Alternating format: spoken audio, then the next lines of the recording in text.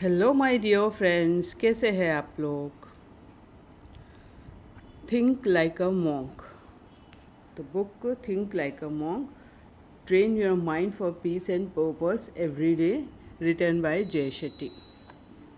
Chapter number 2, Negativity, Part 6. Stop, Spot, Stop, Swap. Spot, Stop, Swap. Most of us don't register how negative thoughts much I didn't register that soul mosquito.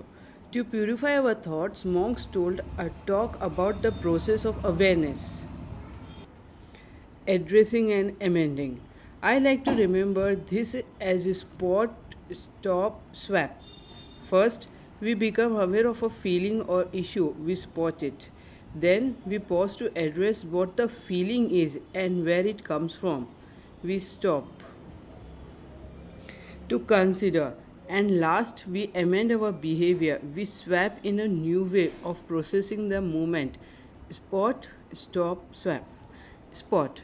Becoming aware of negativity means learning to spot the toxic impulses around you. To help us confront our own negativity, our monk teachers told us to try not to complain, compare, or criticize for a week and keep a tally of how many things we failed. The goal was to see the daily tally decrease. The more aware we became of these tendencies, the more we might free ourselves from them. Listing your negative thoughts and comments will help you contemplate their origins. Are you judging a friend's appearance and are equally hard on your own? Are you muttering about work without considering your own contribution? Are you reporting on a friend's illness to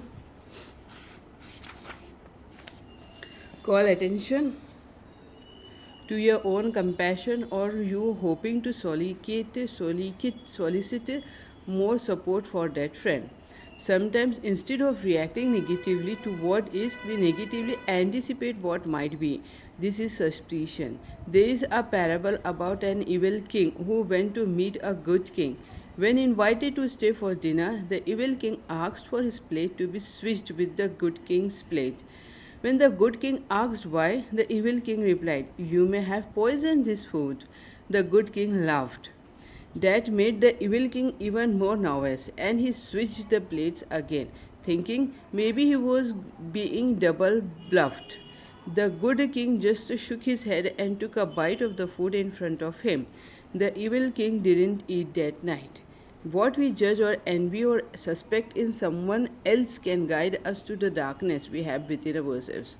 The evil king projects his own dishonor onto the good king. In the same way, our envy or impatience or suspicions with someone else tells us something about ourselves. Negative projections and suspicions reflect our own insecurities and get in our way. If you decide your boss is against you, it can affect you emotionally. You might be so discouraged that you don't perform well at work or practically. You won't ask for the raise you deserve. Either way, like the evil king, you are the only one. You are the one who will go hungry. Stop. When you better understand the roots of negativity, the next step is to address it. Silence your negativity to make room for thoughts and actions that add to your life instead of taking away from it. Start with your breath. When we stress, we hold our breath or clench our jaws.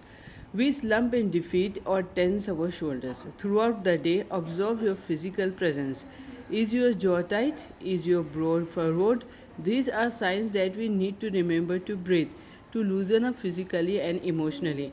The Bhagavad Gita refers to the austerity of speech, saying that we should only speak words that are truthful, beneficial to all, pleasing, and that you don't agitate the minds of others. The Vaka Sutta. The Vaka Sutta from early Buddhist scriptures offers similar wisdom, defining a well spoken statement as one that is spoken at the right time. It is spoken in truth, it is spoken affectionately, it is spoken beneficially, it is spoken with a mind of goodwill. Remember, Was saying whatever we want, whenever we want, however we want is not freedom. Real freedom is not feeling the need to say these things. When we limit our negative speech, we may find that we have a lot to say. We might even feel inhibited. Nobody loves an awkward silence, but its words is to free ourselves from negativity. Criticizing someone else's work ethic doesn't make you work harder. Comparing your marriage to someone else doesn't make your marriage better unless you do thoughtfully and productively. Judgment creates an illusion that if you see well enough to judge, then you must be better. That if someone else is failing, then you must be moving forward. In fact, it is careful, thoughtful observations that move us forward. Stopping doesn't mean simply shunning the negative instant. Get closer to it. Australian community worker Neil Barringham said, "The grass is greener where you water it." Notice what's arousing your negativity over there on your Frenemies side of the fence. Frenemies sides of the fence. Do you seem to have more time, a better job, a more active social life? Because in the third step, swapping, you will want to make for seeds of the same of your turf and cultivate them. For example, take your envy of someone else's social whirlwind and in it find the inspiration to host a party or get back in touch with the old friends or organize an after work get together. It is important to find significance not from thinking other people have it better, but from being the person we want to be. Swap. After spotting and stopping the negativity in your heart, mind, and speech, you can begin to mend it. Most of us monks were unable to completely avoid complaining, comparing, and criticizing. And you can't expect you will be completely cured of that habit either.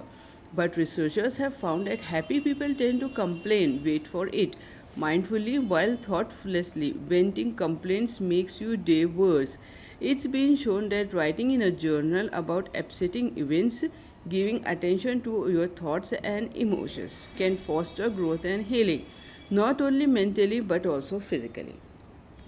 We can be mindful of our negativity by being specific. When someone asks how we are, we usually answer good, okay, fine, or bad. Sometimes this is because we know a truthful, detailed answer is not expected or wanted. But we tend to be equally vague. When we complain, we might say we are angry or sad and we are offended or disappointed. Instead, we can better manage our feelings by choosing our words carefully. Instead of describing ourselves as feeling angry, sad, anxious, hurt, embarrassed, and happy, the Harvard Business Review lists 9 more specific words that we could use for each one of these emotions. Instead of being angry, we might better describe ourselves as annoyed, defensive, or spiteful. Monks are considered quiet because they are trained to choose their words so carefully that it takes some time. We choose words carefully and use them with purpose. So much is lost in bad communication. For example, instead of complaining to a friend who can't do anything about it that your partner always comes home late, communicate directly and mindfully with your partner. You might say, "I appreciate that you work hard and have a lot to balance. When you come home later than you promised, it drives me crazy. You could support me by texting me as soon as you know you are running late." When our complaints are understood by ourselves and others, they can be more productive. In addition to making our negativity more productive, we can also deliberately swap in positivity. One way to do this, as I mentioned, is to use our negativity like envy to guide us to what we want. But we can also swap in new feelings. In English, we have the words empathy and compassion to express our ability to feel the pain that others suffer, but we don't have a word for experiences vicarious joy on behalf of other people. Perhaps this is a sign that we all need to work on it. Mudita is the principle of taking sympathetic or unselfish joy in the good fortune of others. If I only find joy in my own successes, I am limiting my joy. But if I can take pleasure in the successes of my friends and family, 10, 20, 50 people, I get so experience 50 times the happiness and joy. Who doesn't want that? The material world has convinced us that there are only a limited number of colleges worth attending, a limited number of good jobs available, a limited number of people who get lucky. In such a finite world, there is only so much success and happiness to go around, and whenever other people experience them, your chances of doing so decrease. But monks believe that when it comes to happiness and joy, there is always a seat with your name on it. In other words, you don't need to worry about someone taking your place. In the theater of happiness, there is no limit. Everyone who wants to partake in mudita can watch the show. With unlimited seats, there is no fear of missing out. Radhanath Swami is my spiritual teacher and the author of several books, including The Journey Home. I asked him how to stay peaceful and be positive force in the world where there is so much negativity. He said, there is toxicity everywhere around us, in the environment, in the political atmosphere, but the origin in is people hurt. Unless we clean the ecology of our own heart and inspire others to do the same, we will be the instrument of polluting the environment. But if we create purity in our own heart, then we can contribute great purity to the world around us. Friends, यहाँ पे होता है chapter number 2 का negativity part 6 finish. मिलेंगे with next video में. Bye for now.